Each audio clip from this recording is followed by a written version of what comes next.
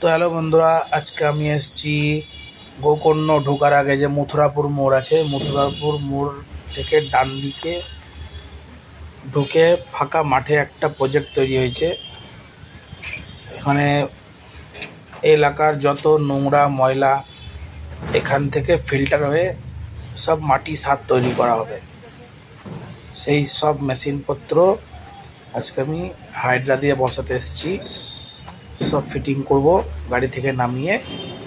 তো চলো ভিডিওটা তোমরা দেখতে থাকো।